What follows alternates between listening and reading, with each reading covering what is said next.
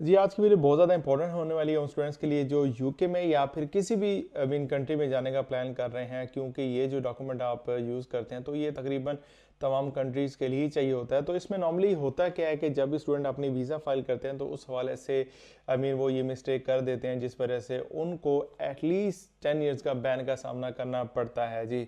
तो आज हम उसी डॉक्यूमेंट को डिस्कस करेंगे और इस डॉक्यूमेंट के डिफरेंट सिनेरियोज हैं जिनको हम वन बाय वन डिस्कस करेंगे और आप लोगों को आइडिया हो जाएगा कि आपने किस सिनेरियो में क्या करना है और आपने वीज़ा फाइल करते हुए ये मिस्टेक बिल्कुल भी नहीं करनी। आई अंडरस्टैंड कि आप लोगों के पास भी कोई चारा नहीं होता जिस वजह से आप इस ट्रैप में आ जाते हैं और आप अपना जो डॉक्यूमेंट है, जो वीज़ा फाइल करते हुए जो डॉक्यूमेंट आपने अटैच करने होते हैं वो ऐसे डॉक्यूमेंट्स अटैच कर देते हैं जिस वजह से आपको अभी ये मसाइल का सामना करना पड़ता है।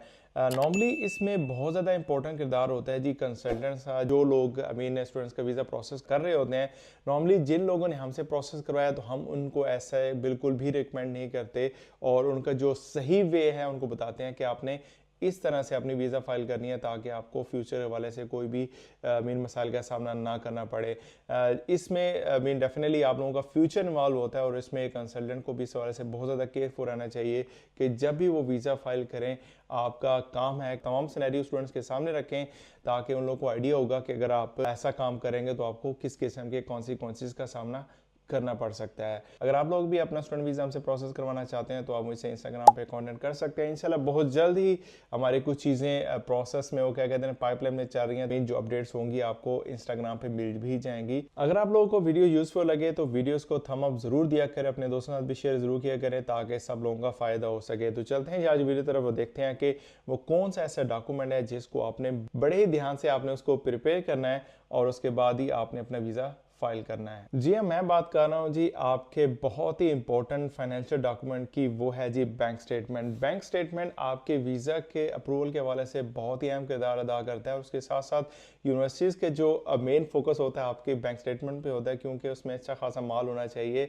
इनडायरेक्टली, क्योंकि आपने यूनिवर्सिटीज़ को फीसिस वगैरह पे करनी होती है। तो इसमें स्टूडेंट्स बहुत ज़्यादा मिस्टेक्स कर देते हैं। कुछ टेक्निकल चीज़ें होती हैं जो आपने कंसिडर करनी होती हैं इसको प्रिपेयर करते हुए ताकि आपको वीज़ा फाइल करते हुए या आफ्टर वीज़ा फाइलिंग आपको किसी वाले से एम्बेसी की तरफ से कोई इशू का सामना ना करना पड़े। तो मैं आप दोस्तों के सामने 3 सिनेरियो रखूंगा और उनको डिस्कस करूंगा और आप लोगों को आइडिया हो जाएगा कि आपने किस सिनेरियो में क्या करना है।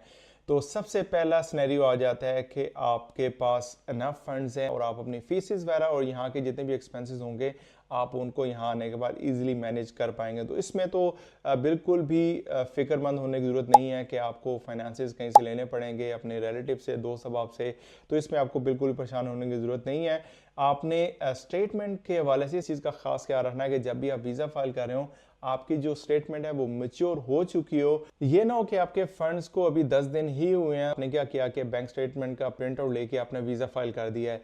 नॉर्मली बैंक स्टेटमेंट मैच्योर होती है 28 डेज में और आपने 28 डेज के बाद ही अपना वीज़ा फाइल करना है। अगर खुदा ना खास्ता आप मैच्योर किए बिना ही अपना वीज़ा फाइल कर देंगे और एम्बेसी ने उसको वेरीफाई कर लिया तो इसमें आपको मुश्किलात का सामना करना पड़ सकता है और इसमें बहुत ज़्यादा चांसेस है कि आपका जो वीज़ा है वो रिफ्यूज़ कर दिया जाएगा। जब भी आप वीज़ा फाइल कर रहे हैं तो आप मेक श्योर करें कि आपकी जो बैंक स्टेटमेंट है उसको बने हुए 28 दिन गुजर चुके हैं, मैच्योर हो चुके हैं, देन उसके बाद ही आप अपना वीज़ा फाइल करें। जी, सेकंड सिनेरियो आ जाता है कि जब आपके पास फाइनेंस नहीं होता और आप ये कहते हैं कि हमें अपनी बैंक स्टेटमेंट बनानी है तो आपको फाइनेंस चाहिए होता है। तो इससे आप क्या करते हैं कि आप किसी बैंक्स वगैरह से कांटेक्ट करते हैं, क्योंकि नॉर्मली क्या होता है कि बैंक वगैरह ये सर्विस प्रोवाइड कर रहे होते हैं और इस हवाले से वो क्या करते हैं कि आपको सर्विस चार्जेस आपको पे करने होते हैं, उसके अगेंस्ट आपको वो बैंक स्टेटमेंट दे देते हैं। लेकिन एक्चुअल होता क्या है कि यहाँ पे मिस्टेक कहाँ पे होती है स्टूडेंट की तरफ से, वो वेरीफाई नहीं करते कि क्या जो फिजिकल कैश है वो आपके अकाउंट में ट्रांसफ़र की जा चुकी है या जस्ट वो क्या कहते हैं पेपर पे ही वो फ्लाई कर रही है। जी, पेपर पे मौजूद है लेकिन एक्चुअली आपके अकाउंट में वो कैश नहीं होती। तो मसला क्या होता है कि जब आपका जो केस है वो फाइल हो जाता है, आपकी वीज़ा एप्लीकेशन फाइल हो जाती है एम्बेसी में, तो एम्बेसी ने जब उसको वेरीफाई करना होता है वो नॉर्मली उसी ब्रांच में कांटेक्ट नहीं करते जिस ब्रांच में आपका अकाउंट होता है। वो हो सकता है कि उस बैंक के हेड ऑफिस में कॉल करे, उस अकाउंट का जो बैलेंस चेक करे और वहाँ पे उनको पता चले कि यार इस बंदे ने जो बैंक स्टेटमेंट पे फाइनेंस वगैरह शो किए हुए हैं वो तो एक्चुअली इसी अकाउंट में है ही नहीं। इसमें क्या होगा कि आपके वीज़ा रिफ्यूज़ल के चांस है वो 100% हो जाएंगे और उसके साथ साथ हो सकता है कि आपको 10 इयर्स का बैन का भी सामना करना पड़े, क्योंकि अगर आपको गलत डॉक्यूमेंट इस्तेमाल करेंगे तो उसमें बहुत ज़्यादा चांसेस हैं कि आपका वीज़ा रिफ्यूज़ भी हो जाए और आपको बैन भी कर दिया जाए। कुछ बैंक्स के हवाले से मैं ऑलरेडी वीडियो बना चुका हूँ कि पाकिस्तान में कुछ 5 ऐसे बैंक्स हैं, अगर आप इनकी बैंक स्टेटमेंट यूज़ करेंगे तो इसमें वो क्या कहते हैं वेरिफिकेशन बहुत ज़्यादा करते हैं, उसको डीपली जाके इस चीज़ों को थॉरली चेक करते हैं। उसके बाद अगर वो मुतमईन होते हैं तो आपका जो वीज़ा है उसको यस या नो करेंगे। अगर किसी वजह से उनको डाउट होगा कि आपकी जो बैंक स्टेटमेंट है वो ठीक नहीं है या आपने उन बैंक्स की यूज़ किया है जिनको ऑलरेडी एम्बेसी हाईलाइट कर चुकी है, तो इस हवाले से आपको मसाइल का सामना करना पड़ सकता है। तो आप मेक श्योर करें कि अगर आप किसी बैंक से सर्विस ले रहे हो तो वो आपके अकाउंट में फिजिकल कैश ट्रांसफ़र करें, ना कि वो जस्ट पेपर पे ही उड़ रही हो और आपको पता ही ना होगा कि आपके साथ हो क्या रहा है। आपने उनको सर्विस चार्जेस पे करने और मेक श्योर करें कि आपके अकाउंट में फिजिकल कैश होनी चाहिए। तीसरा सिनेरियो आ जाता है आपको बैंक भी कोई सर्विसेज नहीं दे रहा, तो इस सिनेरियो में आप क्या करेंगे। तो यहाँ पे आपके पास ऑप्शन आ जाती है इन्वेस्टर्स की। कुछ इन्वेस्टर्स होते हैं जो आपको इसके अगेंस्ट फाइनेंशियल जो डॉक्यूमेंट है वो प्रिपेयर करके देते हैं, लेकिन वो भी आपको अच्छी खासी अमाउंट मंथली चार्ज कर रहे होते हैं कि हम आपके अकाउंट में इतनी अमाउंट रखवा देंगे, लेकिन उसके अगेंस्ट आपको इतने जो पैसे हैं वो हमें पे करने होंगे।